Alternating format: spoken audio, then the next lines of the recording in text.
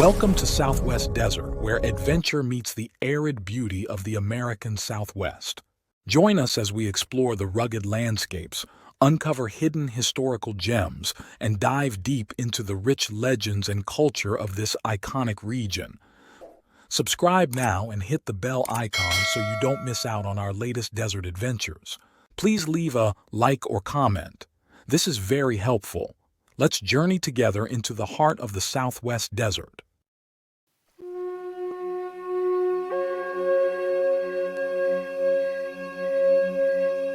Imagine this. You discover one of the richest gold deposits in Arizona territory. Your find generates millions of dollars, builds entire communities, and transforms desert wilderness into a thriving industrial center. Companies fight over your discovery. Hundreds depend on it for their livelihoods, and your name becomes legendary across the American West. Now imagine dying broke, alone, and so desperate that you end your own life with a revolver. This is the true story of Heinrich Heinzel, better known as Henry Wickenburg, and his discovery of the Vulture Mine. It's a tale with everything: accidental fortune, corporate betrayal, stagecoach robberies, shootouts, and one of the most tragic ironies in American mining history. Because sometimes in the Wild West, finding gold was easy. Keeping it was another story entirely. Our story begins in 1863, 13 miles southwest of what would become Wickenburg, Arizona. But to understand what happened, we need to go back to Austria in 1820, where Heinrich Heinzel was born with no idea he would trigger one of Arizona's greatest gold rushes. Like thousands of others, Heinrich, who Americanized his name to Henry Wickenburg, caught gold fever. The California gold rush had sent shockwaves worldwide, and young men from every corner abandoned their old lives to chase golden dreams in the American West. Wickenburg crossed an ocean and headed for the Colorado River region, where gold strike rumors were as common as tumbleweeds. But Wickenburg wasn't just another starry-eyed prospector.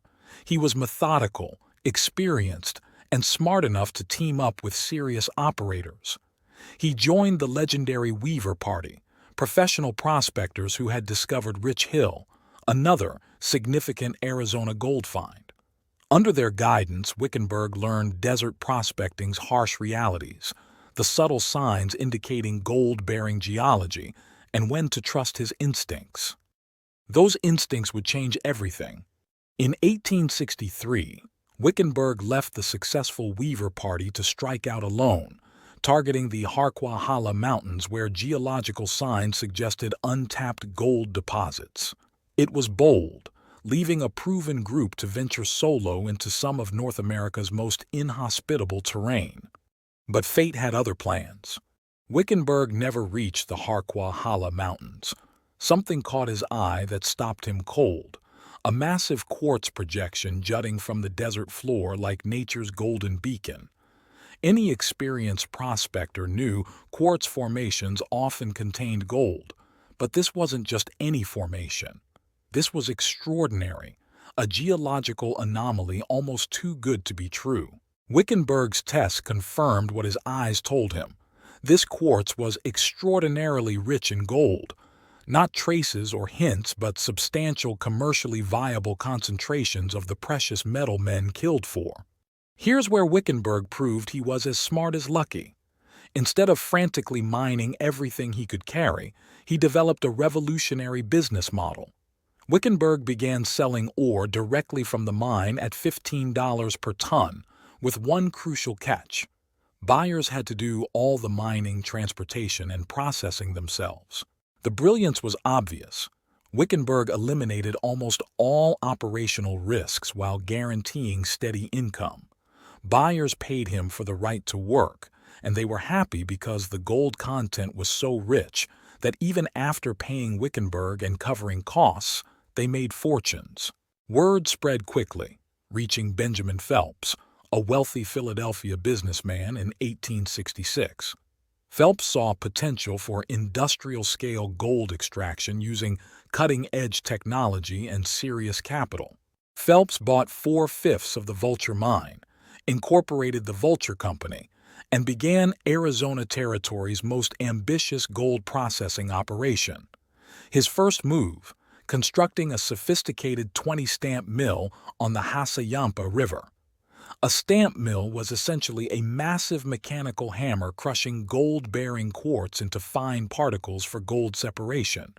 20 stamps operating simultaneously created thunderous, rhythmic pounding heard for miles, the sound of industrial fortune-making. Success bred community. By 1870, genuine Vulture City had sprouted around the mill site, housing 46 dwellings and nearly 200 residents whose existence revolved around extracting gold from desert. These weren't just miners. They were mill workers, merchants, blacksmiths, cooks, and specialists supporting major industrial operations. But the massive stamp mill required enormous fuel amounts, and the desert provided only cottonwood trees and mesquite bushes. The operation's appetite was voracious. Within years, they had consumed every piece of wood within reasonable hauling distance. The solution: move the entire mill downstream to Seymour where new fuel sources existed. Where the mill went, people followed. Vulture City relocated itself, demonstrating how completely the community depended on gold processing. In 1879, the Central Arizona Mining Company entered with audacious plans. They constructed 12 miles of 6-inch pipeline through desert terrain using 1870s technology, supporting a mill 4 times larger than anything previously attempted. Results were transformational. By eliminating expensive ore transportation and dramatically increasing processing capacity, they made lower-grade ore profitable. Rock miners had tossed aside for years became economically viable, multiplying the deposit's value. The town relocated again, following the new 80-stamp mill to the mine site. By mid-1880s, Vulture City housed 300 residents. The thunderous roar of 80 stamps created sound travelers heard from 10 miles away. The most fascinating discovery came when engineers tore down original buildings for expansion. These structures, hastily built during early boom years, used whatever materials were available, including chunks of gold-bearing ore deemed too low grade for earlier processing. When those buildings were demolished and run through the new mill, they yielded thousands in gold, literally built into the town's infrastructure. The small assay office alone produced approximately $2,000, several years' wages for most workers. Despite wealth flowing through Vulture City, residents complained their town was extremely dull, though rich and lusty. Entertainment options were limited, but occasionally gold operations attracted legendary Western excitement. In 1881, strangers Monroe and Dennis met in Prescott and discovered mutual interest in regular gold shipments traveling by stagecoach from Vulture City. They decided to rob one of these lucrative transports. Their plan seemed solid: travel separately to avoid suspicion, meet near Vulture City, and waylay the gold-carrying stage. What Monroe didn't know was Dennis had already decided to betray their partnership, informing territorial authorities about the planned robbery. When the planned heist day arrived, Monroe noticed Prescott officials lurking around Vulture City and realized his partner had sold him out. Confronting Dennis with treachery accusations, Monroe demanded explanation. Dennis denied charges, then suddenly drew his pistol and shot Monroe through the arm. After a doctor treated Monroe's fractured arm, Deputy Sheriff Rogers placed the wounded would-be robber under guard outside Charlie Genung's meat market. But when Dennis casually strolled into view, the sight so enraged Monroe that despite his injured arm, he knocked Dennis down and began beating him with his knife butt while kicking repeatedly. It took both Genung and the sheriff to pull furious Monroe away.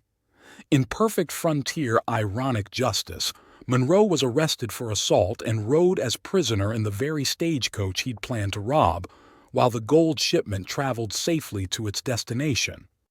The most heartbreaking story belongs to the man who started it all. Henry Wickenburg, who discovered one of Arizona's richest gold deposits, should have been the territory's wealthiest man. His mine produced millions in gold and supported communities for decades. Instead, he died penniless and alone, and Wickenburg's tragedy lay in his partnership with Benjamin Phelps. Despite agreements and promises, the Philadelphia businessman systematically cheated Wickenburg from his rightful profits. Legal remedies were limited in territorial Arizona, and Phelps had resources to outlast any challenges.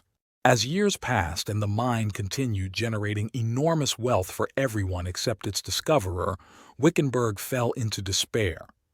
In old age, completely destitute despite creating fortunes for others, the man who triggered Arizona's greatest gold rush made a final desperate decision.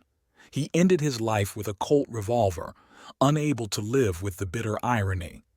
Today, much of Vulture City still stands in Arizona desert, testament to boom and bust cycles defining the American frontier. The town buildings and mill facilities survived the onslaught of time, providing visitors tangible connection to an era when thunderous stamp mill pounding represented progress and fortune's promise. The Vulture Mine produced millions in gold over its operational lifetime, making it one of Arizona's most significant mining operations. But beyond raw numbers, Vulture City represents something larger. The collision between individual dreams and corporate power, between technological innovation and human ambition, between frontier promise and business harsh realities. If you would like to see a lost gold story by where I grew up, click on the link in the description. Join my Patreon community and discover my art print products on my website in the links provided in my description and link above. Also, if you would like a particular image from my videos, give the timestamp for image, and I will upload it to my website and Patreon. Thank you for joining your desert frontiersman Alan for another Southwest Gold story. Check out my large catalog of Southwest videos and playlists on historical tales, legends, lost gold stories, and adult bedtime stories. If you like a certain image from my videos, tell me in comments and give timestamp. Happy trails.